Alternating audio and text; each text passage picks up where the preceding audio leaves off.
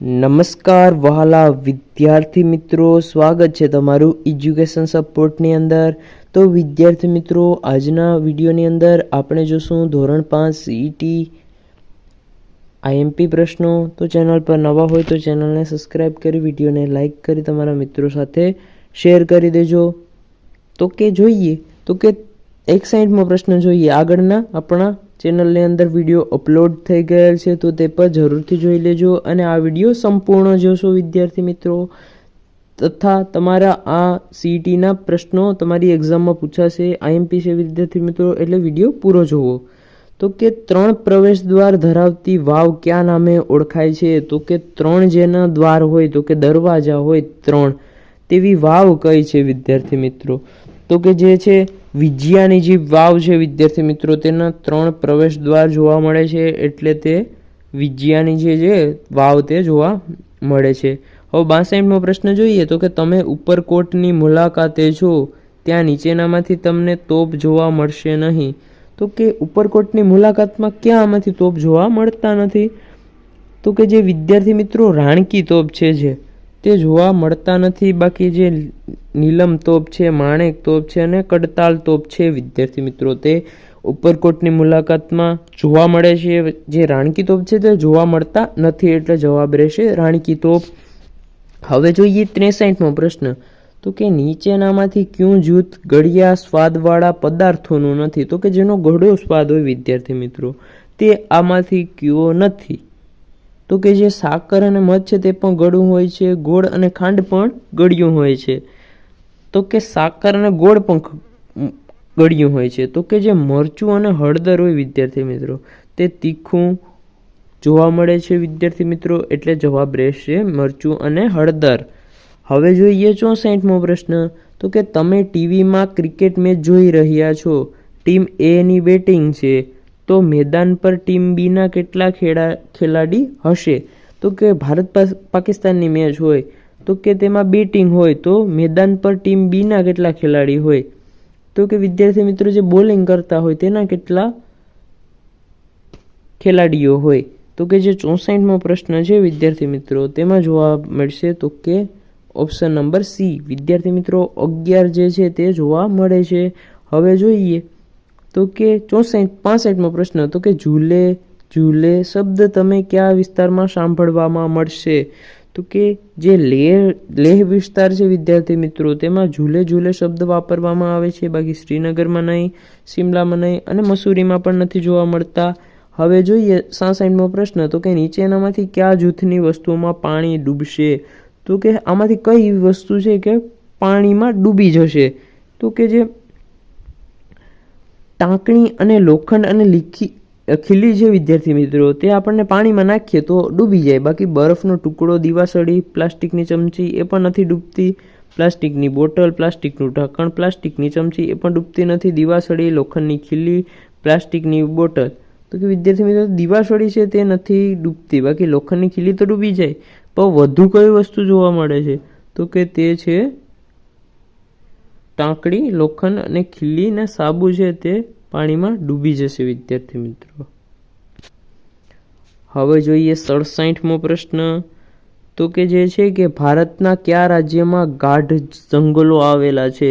તો કે વિદ્યાર્થી રાજસ્થાન છે તેમાં તો ગાઢ જંગલો નથી, રણ વિસ્તાર છે તેમાં ગાઢ જંગલો ન હોય, બિહારમાં પણ નથી, મહારાષ્ટ્રમાં પણ નથી.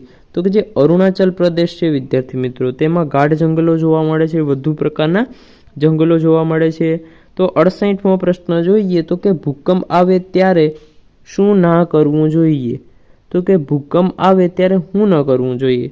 તો કે જે આપણને છે તો કે ડી નંબરનો જે છે, તો કે ઘરમાં ટેબલ જેવી ભારે વસ્તુઓની નીચે ન બેઠવું જોઈએ. આપણને ટેબલની નીચે બેઠીએ અને ઉપરથી ભૂકંપ આવે તો આપણને ઉપર વસ્તુ પડી જઈ શકે છે. તો કે આપણને ખુલ્લા મેદાનમાં જવું જોઈએ અથવા મેદાનમાં બહાર નીકળવું જોઈએ વિદ્યાર્થી મિત્રો. 69મો પ્રશ્ન જોઈએ. તો કે મદારીના વ્યવસાયમાં ઉપયોગી સાધન કયું છે? તો કે આપણને મદારી આવે આપણને ત્યાં, તો કે તેની પાસે જે છે કયું સાધન જોવા મળે છે વિદ્યાર્થી મિત્રો? તો કે જે 69મો પ્રશ્ન છે, તો કે તેમાં જે ડમરું છે વિદ્યાર્થી મિત્રો, તે મદારી પાસે ડમરું જોવા મળે છે વિદ્યાર્થી મિત્રો. હવે 70મો પ્રશ્ન જોઈએ તો કે પર્વતારોહણ વખતે તમારા શરીરને કયા પ્રકારના ખૂણે રાખી ચઢાણ કરશો? તો કે આપણને ખૂણે કયો રાખવાનો હોય? તો કે જે કાટખૂણ છે, કાટખૂણે રાખીને આપણને ચઢાણ કરવું પડશે વિદ્યાર્થી મિત્રો. 71મો પ્રશ્ન જોઈએ તો કે તમારા ઘરની નજીક કચરા પેટીમાં કચરો 10 કે 15 દિવસથી પડી રહ્યો તો શું થાય? આપણા ઘરની નજીક 10-15 દિવસ કચરો પડી રહ્યો હોય તો વિદ્યાર્થી મિત્રો શું થાય? તો કે જે છે તો કે આપેલ તમામ વિદ્યાર્થી મિત્રો જવાબ રહેશે, કારણ કે જે કચરો છે તે સડી જાય છે વિદ્યાર્થી મિત્રો, રોગચાળો પણ ફેલાય છે વિદ્યાર્થી મિત્રો, અને કચરામાં વાસ પણ આવે છે. એટલે જવાબ રહેશે આપણનો આપેલ તમામ. હવે જોઈએ 72મો પ્રશ્ન. તે પહેલાં ચેનલ પર નવા હોય તો ચેનલને સબસ્ક્રાઈબ કરી વિડીયોને લાઇક કરી તમારા મિત્રો સાથે શેર કરી દેજો. હવે 72મો પ્રશ્ન જોઈએ તો કે વરસાદના કારણે જમીનમાં યોગ્ય ભેજ થયેલ છે તો કે જશુભાઈ કયા પાકનું વાવેતર કરશે? તો કે ભેજ છે આપણા જમીનની અંદર, તો કે જે જશુભાઈ છે તે ખરીફ પાકનું ઉત્પાદન કરશે વિદ્યાર્થી મિત્રો, રવિ પાકનું નહીં, એક પણ નહીં, અને જાયદ પાકનું પણ નહીં, તો કે ખરીફ પાકનું વાવેતર કરશે. 73મો પ્રશ્ન જોઈએ તો કે વરસાદની ઋતુ સિવાય ખેતી કરવા માટે નીચેનામાંથી કયું જૂથ ઉપયોગી લઈ શકાય છે વિદ્યાર્થી મિત્રો? તો કે જે છે તો કે આપેલ તમામ વિદ્યાર્થી મિત્રો, કે કેનાલ, નદી, કૂવો, નદી, કેનાલ, બોરવેલ, કૂવો, ટ્યુબવેલ, તળાવ. એટલે જવાબ આપણનો આપેલ તમામ વિદ્યાર્થી મિત્રો. તો કે 74માં આપણને જોડકા યોગ્ય જોડવાના છે. તો કે જોડકા આપણને જવાબ આપણને સીધો જોઈએ, આપણને જોડકા તમે જોડી લેજો વિદ્યાર્થી મિત્રો. તો કે જે છે ઓપ્શન નંબર જે સી છે વિદ્યાર્થી મિત્રો તે તેનો જવાબ રહેશે. તો કે આપણને કરી જ નાખીએ.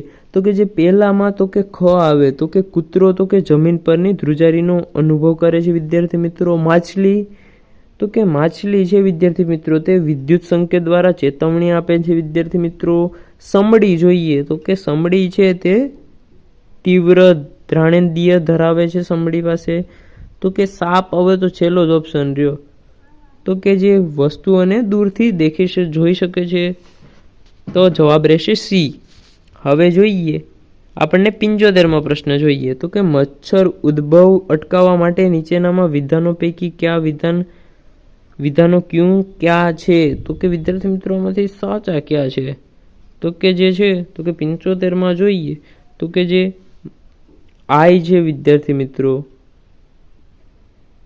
જે ઓપ્શન નંબર I, અને I તે વિદ્યાર્થી મિત્રો સાચા જવાબ છે. હવે 76મો પ્રશ્ન જોઈએ તો કે વિદ્યાર્થી મિત્રો 76મો પ્રશ્ન જોઈએ તો કે નીચેના આપેલી પરિસ્થિતિઓ દરમિયાન તમારા છાતીના ધબકારા ઉતરતા ક્રમમાં આપણને ગોઠવવાના છે.